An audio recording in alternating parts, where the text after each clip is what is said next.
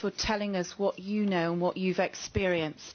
I'm going to be probably a minute and a little summary.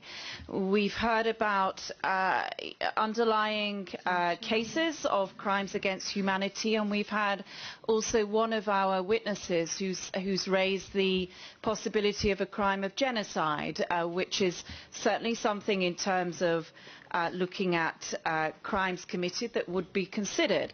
But crimes against humanity is there. So you have Article 6 and Article 7 of the Rome Statute.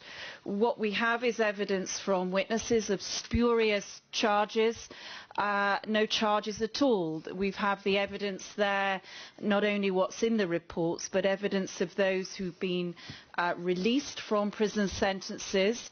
We heard of one who was sentenced to 8 years and then subsequently was executed.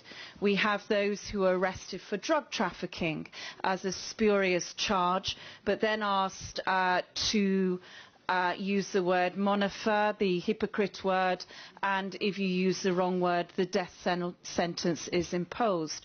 Torture, physical torture, beatings, lashing, beatings to feet, legs, causing infection, such as resulted in amputation, beatings resulting in kidney problems. We've heard of 70 people in one small space, 87 in another small space, gulping at a window for air and taking it in turns.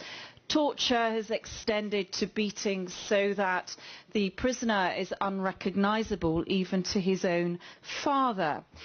Torture used to extract confessions, so no attempt at a judicial process, simply to try and get some sort of confession to give an excuse to comply with a fatwa which had no basis within any legal process, procedure or law.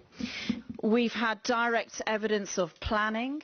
The visitation stopped in 1988 as the planning was underway in order to carry out the executions.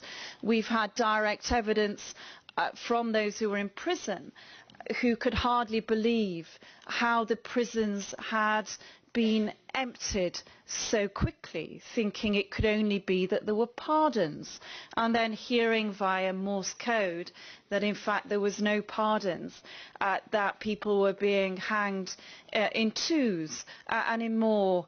So Rush prison, no one survived it. We've evidence of 3 prisons where 135 survived, 180 people executed in one day, and evidence of lines going to slaughter. We've heard evidence still of family members not knowing even the spurious reason upon which a loved one was put to death. We have within our evidence from our witnesses